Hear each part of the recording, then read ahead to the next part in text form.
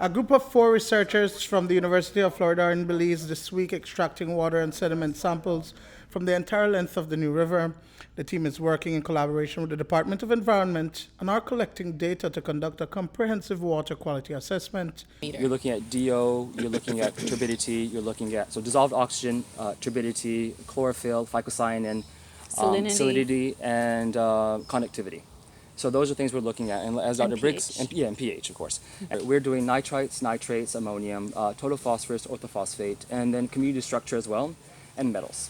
The team has been working up to 10 hours per day over the last 3 days. We've observed the river has a lot of different uses along the distance. There's definitely discharge along pretty much the entirety of the river, multiple uses. And in areas closer to the lagoon, the water is really nice, really clean. The results of samples taken won't be in for several months, but the team has been able to read the oxygen levels along the length of the river. They say their readings at the lagoon have shown high levels of dissolved oxygen. It was around 90-some% oxygen in the water. 90-something percent? 92, 93, I think it was, all the way down to 10 meters, more or less, because we were looking at surface 1 meter, 3 meters, 10 meters, well, as long as you go down, because parts of the river are not 3 meters or 5 meters, right? So we did that, and dissolved oxygen was one of the parameters we did, because you can do that monitoring. So there's certain things you do in the lab, and there's certain things you can do out in the field. Once we leave the lagoon, the river itself, as it becomes the river, have very low levels of oxygen. We have samples at different levels, like Dr. Lappinghouse said, but for sure, the landscape that we know anywhere from up from the lagoon through.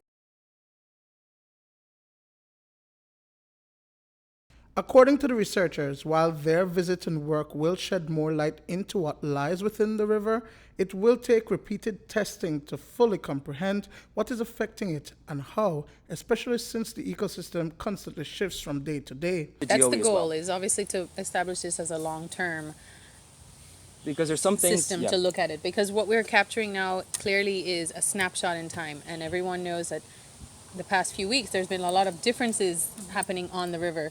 We can only tell you about what we see right now.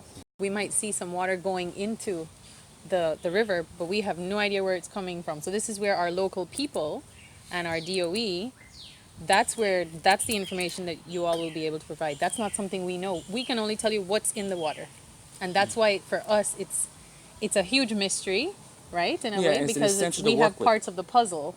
And so in order to put the parts of the puzzle together, we kind of need all of the pieces. So this is where everybody has to work together.